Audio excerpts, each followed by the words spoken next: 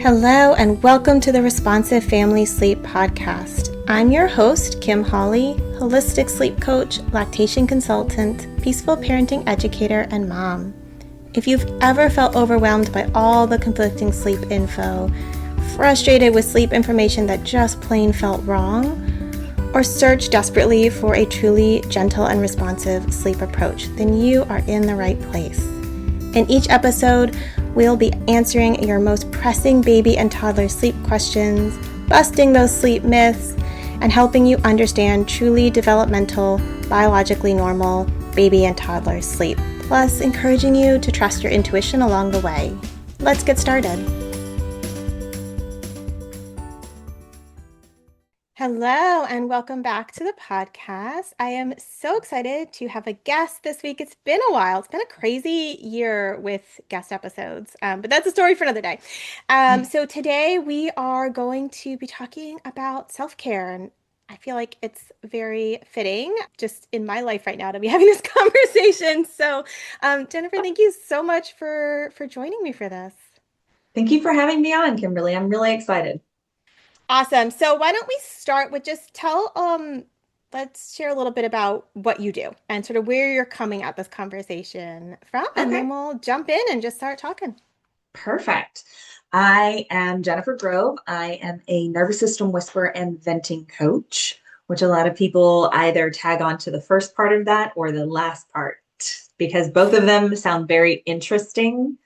I Um, liked the sound I, of both of them, honestly, when I bumped into your work and I was like, wait, what is this? Wait, totally applies to parents in early well, parenting I years. take the nervous system work that I've always done and I weave it in with the venting coach part of it, right?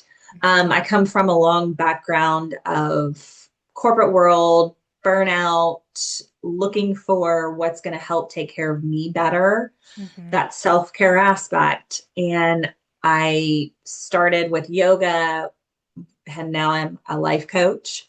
So it's really working with a lot of women, moms, stay-at-home moms, women that work in the corporate world that just are holding on to all of this stuff, right? Mm-hmm. All these emotions, these thoughts. And instead of frustrating your spouse or your best friend all the time, you get to come and vent to me. And then I help you actually physically release it from your body. Mm-hmm. So that's a little bit about me. I love that because we store so much, don't we? Like the emotions, the thoughts, the endless loops, and then that nervous system just is so, like, I Yes, know, it just God, gets so tight. yes. And then it's like, what do you do with all of that? And I Yeah. mean, good God, I feel like that right now, just with the world, as a whole. It seems to Mm, be my last like year or so.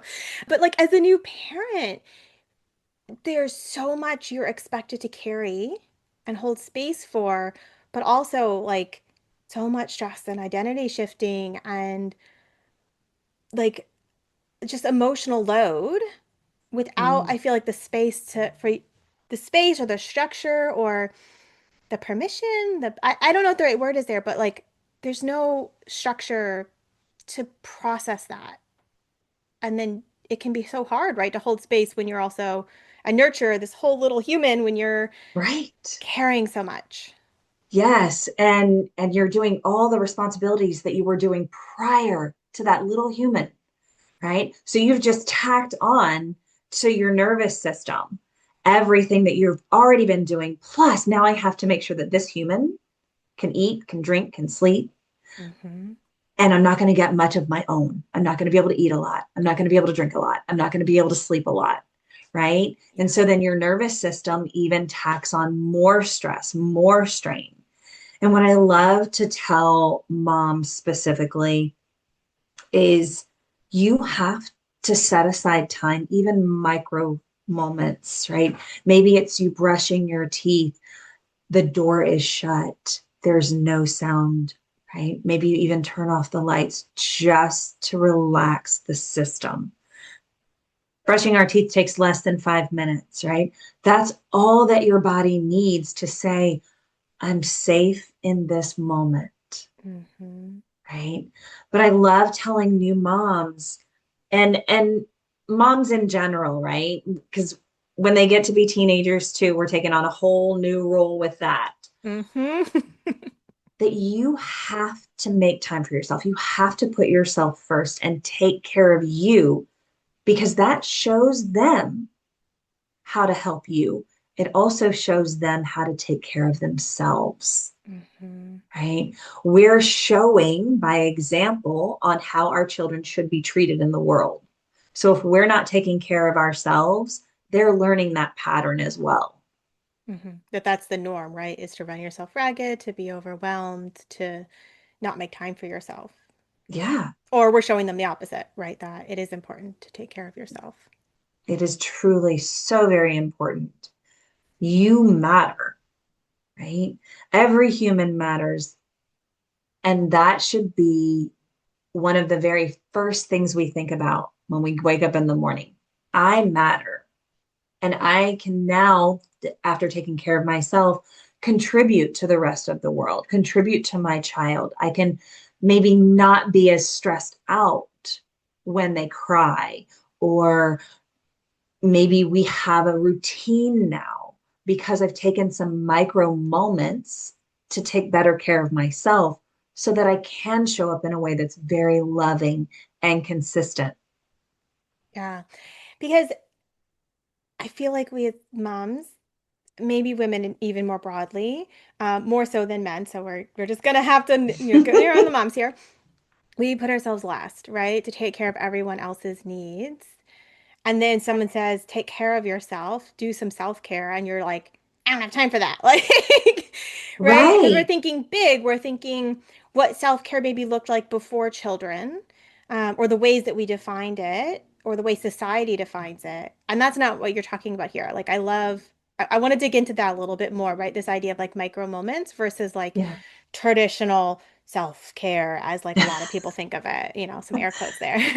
Yeah, well, because self-care actually has been a buzzword for quite a while now, Uh-huh. right? And when we think of self-care, we're like, okay, I'm going to go get my hair done, my nails done, I'm going to get a massage. Those are great and wonderful, right? But self-care truly is not grabbing for your phone the moment you wake up, taking 5 deep breaths before your feet even hit the floor. That Mhm. tells your nervous system yet again, I'm safe in this moment. There's no hurry. I'm not being eaten by a lion, a tiger, or a bear. Because our Mhm. nervous system, even when we're sleeping, we're not always in that restful state, Yes. right?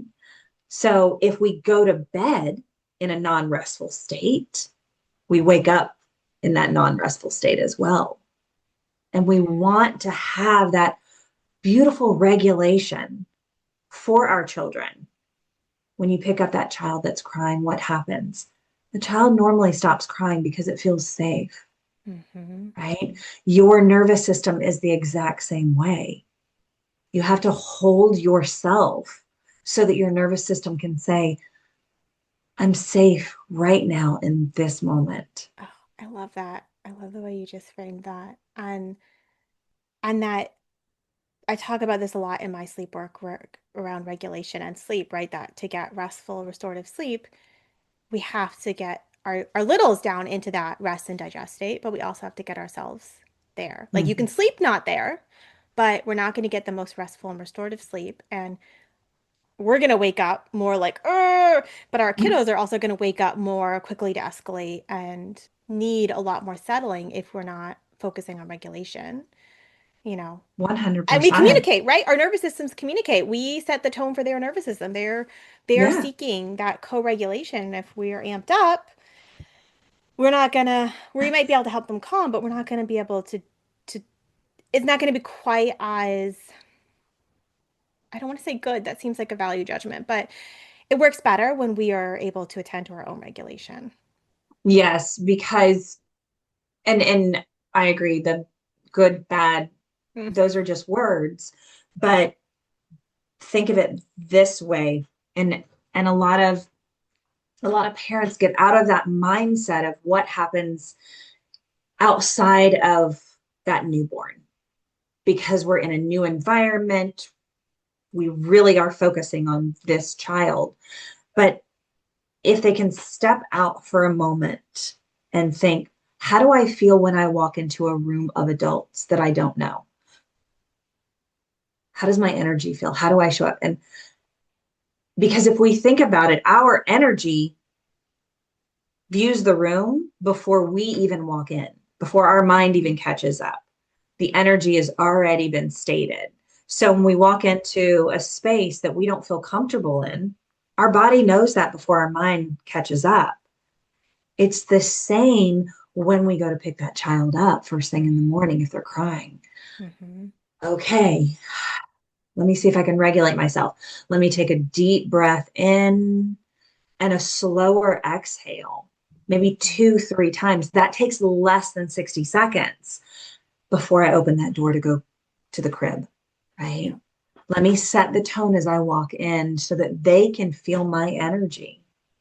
Because while a lot of smaller children don't know how to completely verbalize what they're feeling, their body is verbalizing it to us.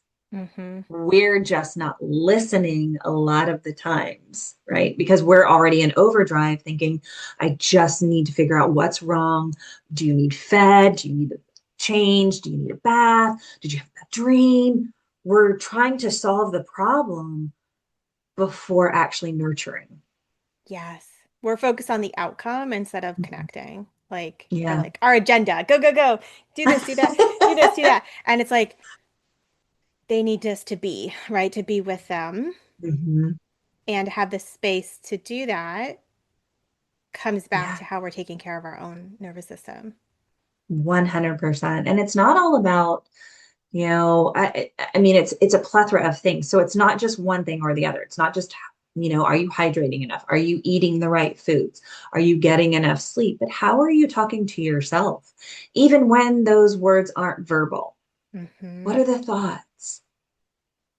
Are they negative thoughts? Are they unkind thoughts? Are they loving thoughts? Are you compassionate with yourself? Or do you get frustrated easily with yourself when you do something that's not quote unquote perfect? Yeah. All that shows up in how your nervous system feels. I feel like there are so many expectations, and many of them unrealistic, on early parenting and on moms and on how our babies are performing to those expectations, that it's really easy for a parent to kind of get stuck on this is what their baby should be able to do, which is Mhm. often unrealistic for most babies, but especially if you have a higher needs or more sensitive baby, right? Yeah. That gap, um, and the tendency for people to be perfectionists can just really lead you to be so harsh on yourself in early parenting and just so judgmental of that gap between how you thought it would be or think it should be, and what your child actually needs, in this Yes. moment or in this phase of their development. Yeah. And again, it's so societal because society puts these expectations, from 0 to 5, your child should be doing this. Mm-hmm. While, yes, we do need guidelines, I feel like society puts too much of a structure on that. Look at children in school. If they don't make a certain grade, they're not competent enough, right? And maybe that's not the case. Maybe what's happening is they're not learning at the same rate or the same availability as someone else in the classroom. Mm-hmm. That doesn't mean there's anything wrong with the child. It just means we need to, as a society, look at each individual and not everybody as a collective whole and say, okay, well, 95% of them can do this at this age. The Mm-hmm. 5% over here, there's something wrong. Mm-hmm. And that's not the case whatsoever. Yeah. Yeah. And I feel like in the sleep world, a lot of those societal expectations are actually wrong. Right? Like when you actually look at the evidence, they didn't come from that evidence. They aren't even evidence-based guidelines. Um, Right. And so it's like doubly bad. It's like all 6 months olds should sleep through the night. Well, that is not what any modern research study on night wakings and sleeping through actually says, but it's still there. And so it's like parents feel so bad and then get themselves either really anxious, really stressed, or really feel like they're doing something wrong. When it's like, okay, number one, yes, all babies are individuals. And even if that was true that most babies slept through the night, it doesn't mean there's something wrong with your baby for not doing it. But that's not even what the research actually says. The research actually says that most babies don't sleep through the night. And so it's like a Yeah. double-edged, we're just piling it on when it comes to sleep expectations. And I feel like that Yes. really sends a lot of parents for a big spiral. Um, and of course, especially in the first year, right? Like a lot of parents aren't getting a lot of sleep. The thing I hear so much is like, I will prioritize myself when my baby's sleeping better. And I'm like, no, no, no, no, no, we got to back it up there. Like that's the wrong way of framing it. We have to find what works now. And maybe when they are sleeping better, maybe we can expand that, right? To include different things. But that's where I love kind of circling back to the micro moments, right? Like that's the thing that you start now, no Yes. matter what life looks like. Yeah, it's kind of the, when this takes place, then I'll, right? And that's where I think a lot of new moms, new parents get stuck. Well, when they, like you said, sleep through the night, then I'll do this. Mm-hmm. We have to start before that, Yes. right? Because who knows when that moment is going to come. Mm-hmm. And it may be a fleeting moment. There may be something else that happens, a shift. Yeah. So we have to start before the when this moment takes place. Yeah. Start taking care of ourselves before, right? Because moms tend to take very good care of themselves while they're pregnant, right? Mm-hmm. All the things because we're nurturing a baby. But then the moment that baby is here, they detach from taking care of themselves. It's all about, again, the baby.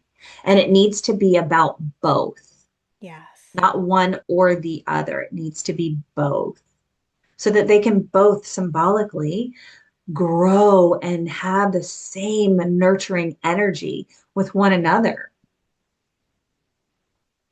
I like how you frame that, right? Because they are nurturing the baby during pregnancy because they are physically growing the baby, holding the baby, right? Like babies in Mm-hmm. utero.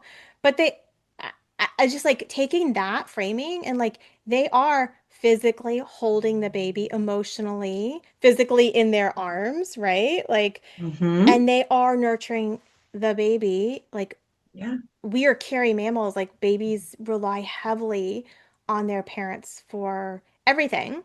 Mm-hmm. Um, and that nurturing ourselves so that we can nurture them is different, obviously, from pregnancy to infancy, but it Yeah. also isn't different in some ways, right? Like, Right. you know?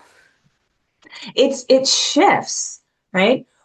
The way you take care of yourself, that self-care practice while pregnant, shifts postpartum, Mm-hmm. right? Because your body has shifted. Yeah. You've disconnected physically from the child because you've given birth. So now you have these hormones that have to restructure for the body. You're losing weight, you're eating differently now because you were eating differently before when you got pregnant for nurturing the baby, Mm-hmm. right? So we have to look at it as we still have a self care practice, but that self care practice has to change. Yeah. It's not Awesome. going to stay the same. I don't know how many times I've gone through my life cycle and said, okay, well, this routine works for me now. Well, now it's no longer serving me. I'm not getting the same benefit, right? So let me shift and change that. Yeah, absolutely. I mean, just like thinking back, my oldest is 13, Hmm. and my youngest is just about to turn 8. And like thinking over the years, right? Like what worked as a parent of one baby, right, was different Mm. than when he was a bit older, was different than when we had an infant again, right? Was Yeah. different than when she was a toddler and the pandemic hit and like Oh, everything goodness. went off the rails, right? And then was different as they both were in school, and is different, now that they're like both older kiddos and Yeah. that shifting and changing of our routines and their routines and how they interact, Yeah. right, is kind of part of life no matter where you are in life. But I feel like it's Hmm. something that often in maybe the first few years is shifting more rapidly because what works at 2, 3 months also is going to look a little different at a year. Oh, Like your goodness. capacity Yes. is going to look different. The first few months postpartum versus 6 months versus, a year versus when they are, 2 or 3. Even in those, few months and years, like your capacity and how you think about what time you have to allocate for yourself shifts and Yeah. changes. It shifts and changes. And, it maybe it's not that 5 minutes while you're brushing your teeth. Maybe it's the 5 minutes before you go to bed that's a little different, right? Maybe it's how you eat, like how you actually have a meal. Maybe it's a little bit more mindful. That the biggest thing I think about self-care is that there has to be intentionality with it, Mm-hmm. right? We can go through self care, brush our teeth. That is self care. Brushing your teeth is an act of self care. You are taking care of yourself, right? But can you be intentional about that, right? Can you stop and pause and notice while you're brushing your teeth? The teeth that you're touching with the toothbrush bristles, where's your tongue? How's your breath? What do you feel on the feet underneath you? Like, can you feel the surface? Just those few moments brings you back to being present, which drops you into being very intentional about taking care of yourself. Yep, just a little mindfulness right there, doing Mhm. something that you're probably already doing. Yeah. I love Yeah. that. We breathe. I love to tell clients this all the time. We breathe every day. We don't have to tell ourselves to breathe, right? Our Mm-hmm. body just naturally breathes. It keeps us alive. But there are two differences between our breath. We breathe to survive or we breathe to thrive. Mm-hmm. We're breathing every day to survive. If we didn't breathe, we would not be here.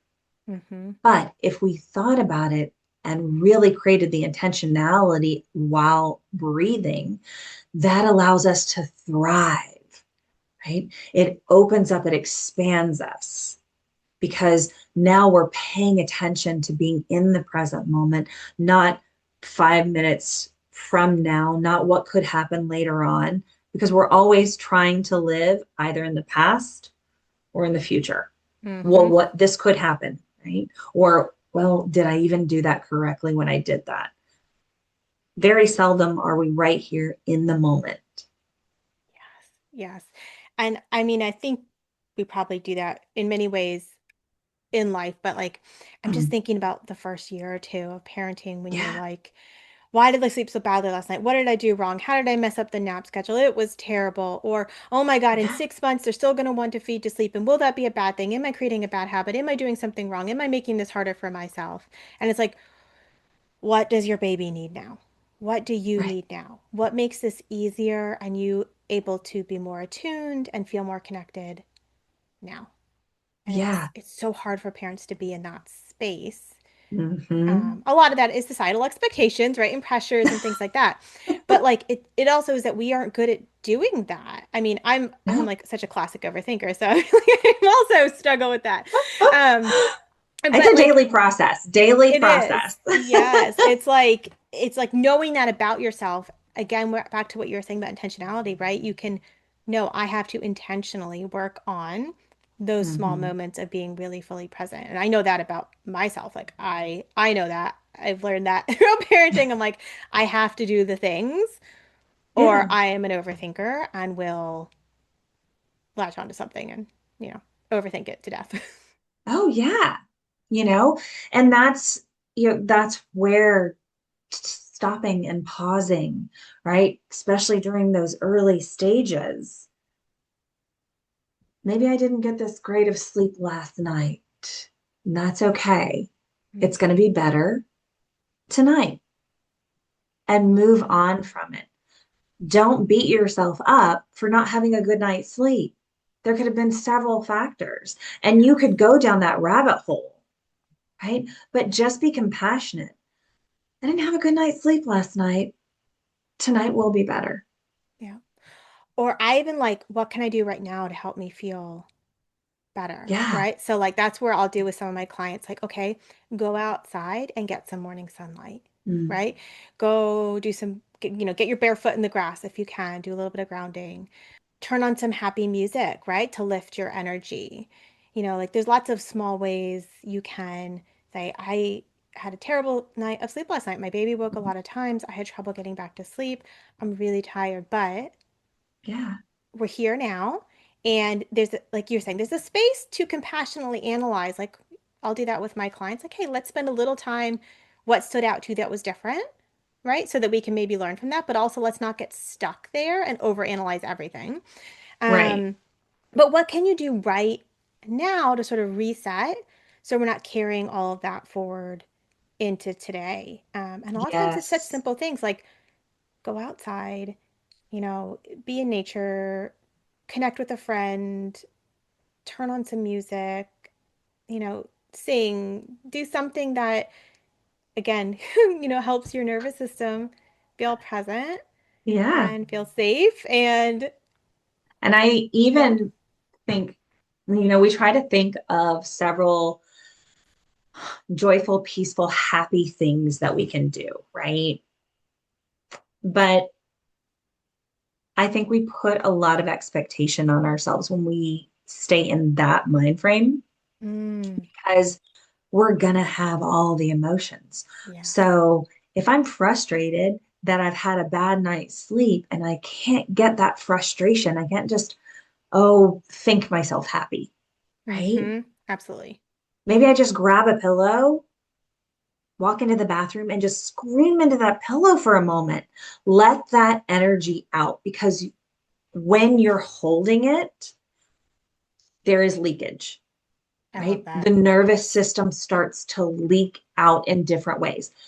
You could start to get irritable. You could start to snap at somebody, your kids, your husband, your coworkers, right? You Mm-hmm. could start to beat yourself up, emotionally about things. There's various ways that when we bottle all the emotion or any Mm-hmm. emotion, it's going to begin to leak out in different ways, right? Maybe we Yep. start to over explain things, overthink things. Yeah. We have to let it go. Because, and I love to kind of nerd out on some of the statistics and theories, but Yeah, totally. it only takes 90 seconds for a human to go through a human emotion. Mm-hmm. I love that. That's not to say the emotion's not going to come back up.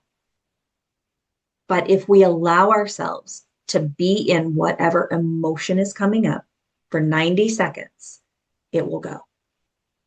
There'll be another one because we're always having emotions. Yeah. Yeah, They're going to move, they're going to ebb, and they're going to flow if they we let them. are. Yeah. Yeah.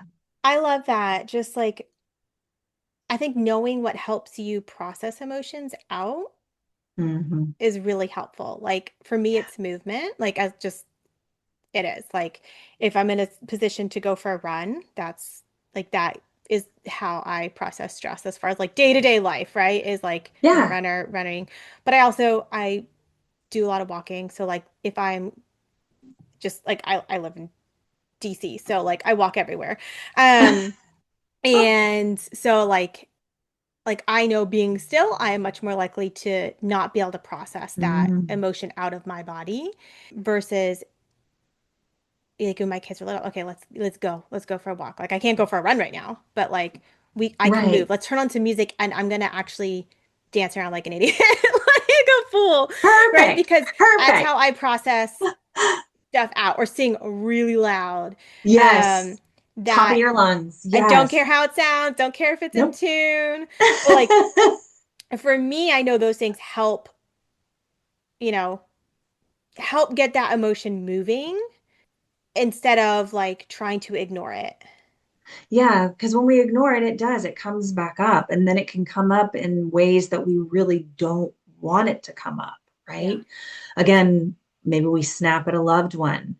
We didn't mean to, but we didn't allow ourselves to feel that emotion earlier. So now Hmm. here's where it comes out. Or frustration with And our baby, right? Like yeah, that you intellectually know it's not their fault, but like you're having trouble not being frustrated because you're not letting those emotions have an have a way outlet. out. Yeah. Yeah. And that's where I feel like a lot of women, men too, and younger or newer parents, they're bypassing their emotional state because we're in survival mode. Hmm. What does the child need? The baby just probably is crying because they want you to pick them up. Maybe they have to go to the bathroom. Maybe they're hungry. But if you're taking care of your emotional wheelhouse, they're going to be okay because you're giving to them. You're still nurturing them. So if you're bringing in your discomfort, your dysregulation, they're feeling that, even if they can't Hmm. verbalize it to you, but they can still feel it because we're all energetic beings. Yeah. Yeah. And so we need to, like you said, I love that you touched on that, is that we need to understand individually what helps me process emotions, not what helps me get rid of them, right? Not what helps me avoid them, Hmm. but what helps me process emotions, right? For me, a lot of times it's neurolinguistic practices, right? It's tapping or it's deep breath Hmm. work. Um, but there will be moments where I can just go stand in the grass and all of a sudden I have this massive release, right? Because I'm Yes. out in nature, I can feel the outside elements. Yes. And it just depends on what emotion I'm trying to process at the time. Hmm. I love deep breathing as well, especially when I'm feeling like anxious or Mm, stressed. And I love it as a parent for a new parent because like you can do it with a baby in your arms, right? Like you can yes. hold a baby against your shoulder and you can do a deep belly breath and a long exhale and Yeah. you can kind of soften it together. Um, it's not something that you need to have your hands free for or Right. you can do it while you're feeding, you can do it while you're baby wearing, you can do it Yeah, anywhere. you Um, can. and it really is such regulator of the nervous system, right? The breath, it's so Well, not only interconnected. for you, the parent, but also for the baby if you're holding them, right? Mm-hmm. Then They're they feel feeling that. that. Yeah. They're matching your rhythm. So, yeah, it's Yeah. very, very interesting to watch that type of an interaction. Another thing I really love is, and these are such simple tools, we don't even think about them, but you know, how can you soften 5% more? Just Mm-hmm. 5%, not all the way, not a 50%, but 5%. How can you soften just 5% in the moment? Maybe it's dropping your shoulders. Maybe it's softening your jaw. Maybe it's letting your tongue drop from the roof of your mouth, right? Your tongue is directly correlated to your nervous system in the back of your body. So if the back of your body is really tight, 90% of the time that tongue is stuck to the roof of your mouth, right? So if you drop it, you start to relax. I love that way of framing that we're not trying to be like, I am the most zen I've ever been in my whole life. That even like 5% Yeah. more regulated, more calm, more present, right? Like those small things, just like micro moments of self-care Mm-hmm. matter, just being Yeah. intentional in things that we're doing, in daily life or just bringing that little bit of more ease, that little bit more softening of the nervous system, like that matters. right? And I feel like a It lot of parents are does. like, if I can't get totally calm, it doesn't matter, right? Like expecting perfection from Exactly. themselves, even when it comes to regulation. And then that's a Right. whole other level of stress and, oh Right. Well, God. your nervous system will not ease when you're in that state, Mm-hmm. right? So if you have the thought process of, no, I have to be completely calm, I have to figure out how to completely let go of this sensation, this issue, this feeling, whatever, your nervous system will not do that. Why? Because now you've given it another task on top of everything it's trying to do already. Mm-hmm. Right? So your nervous system is going to say, no, I'm not, no, we're not safe. So I can't.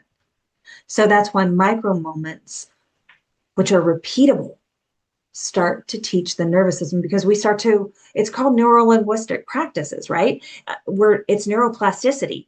You do one small thing repeatable, now you're rewiring your brain, you're rewiring your patterns. Yes. You're not doing a huge overhaul overnight because that never works. In anything. Anything, ever.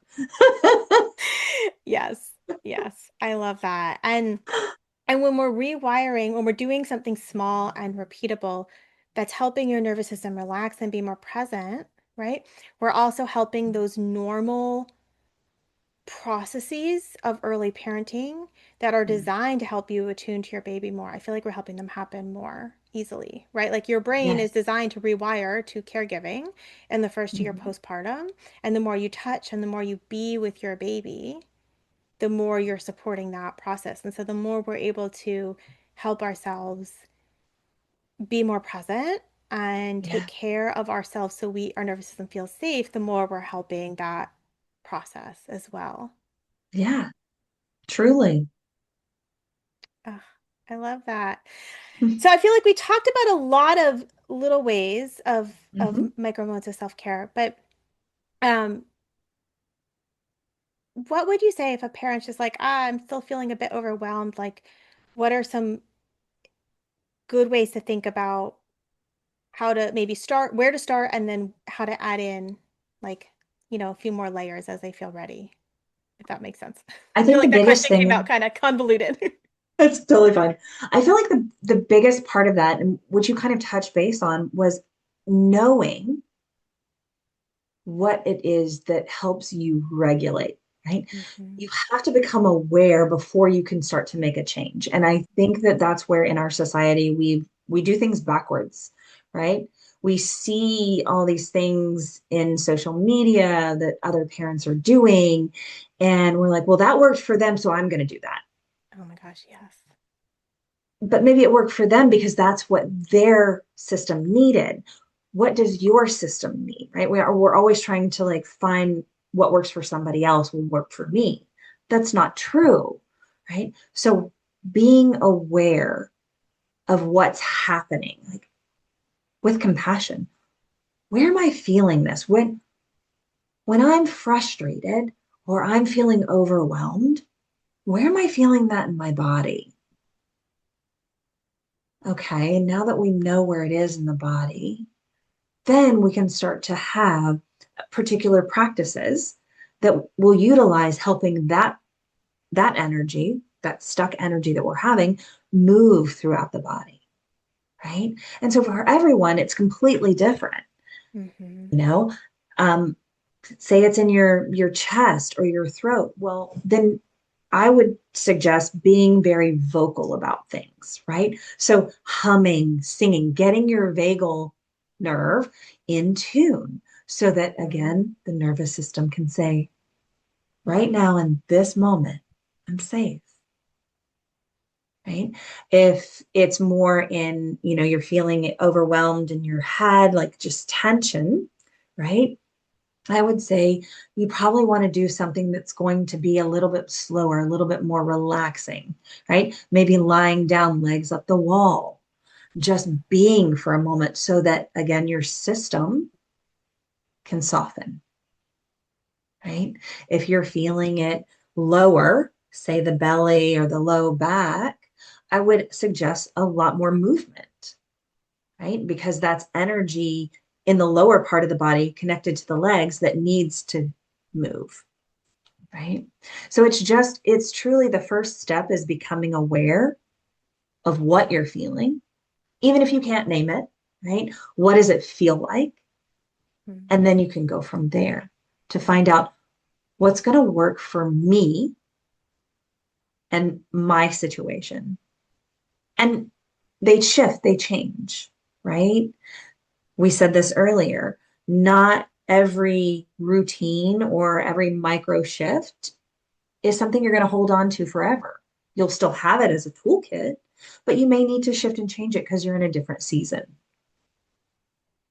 I love that. Especially the not looking at what works for other people and assuming that it's what you need. Like, I feel like we do that so much with parenting. Like, Mm. oh, my bestie said they did this, this, this, and then their baby slept beautifully. And it's like, well, that's great that it worked for them. And that is not necessarily what your baby needs. And I love that you took that, basically that concept, right? And applied it to nervous system safety because it's so right. Like, what's the latest influencer, yakking about on Instagram or TikTok or Yeah, whatever people are on social media platform you're on, and it's like, okay, yeah. that's great, and maybe it gives you some inspiration to try something. That's not a bad thing, but Mm-mm. like bringing that awareness to yourself, and I feel like we are often very disconnected from that We truly are. nowadays. Yes. I love that. I love that. I'm just thinking like it's almost like a perfect place to wrap up. And I usually as we wrap up say, is there anything you feel like we haven't touched on to like share with parents? But I'm almost like, I'm gonna ask you that and give you that opportunity, but I'm like, that's such I a like lovely know. way of like I bringing mean, it all together. yeah, we kind of touched like on the breath. I mean, there are so many things that we I know. could continue to You could talk about chat this about. Like, forever. yeah, but it truly is. I think it's a perfect space because the first step is just becoming aware, and that's the hardest thing. It's not easy. But it is very simple, right? It's a simple step. Become aware, which means that you have to be present with yourself. It's not easy, but it is definitely worth it. I love that. Oh my gosh. All right. I will get it from you to put in the show notes, but do you want to tell folks where to find your work in case they want to have a little bit Sure. further? You can find me all over probably every one of the social media platforms. I'm at J Grove Wellness. It's all one word. And my website is also jgrovewellness.com. Awesome. Thank you so much for talking about this all with me today. I love it. Thank you for having me to talk about it. I truly enjoyed it.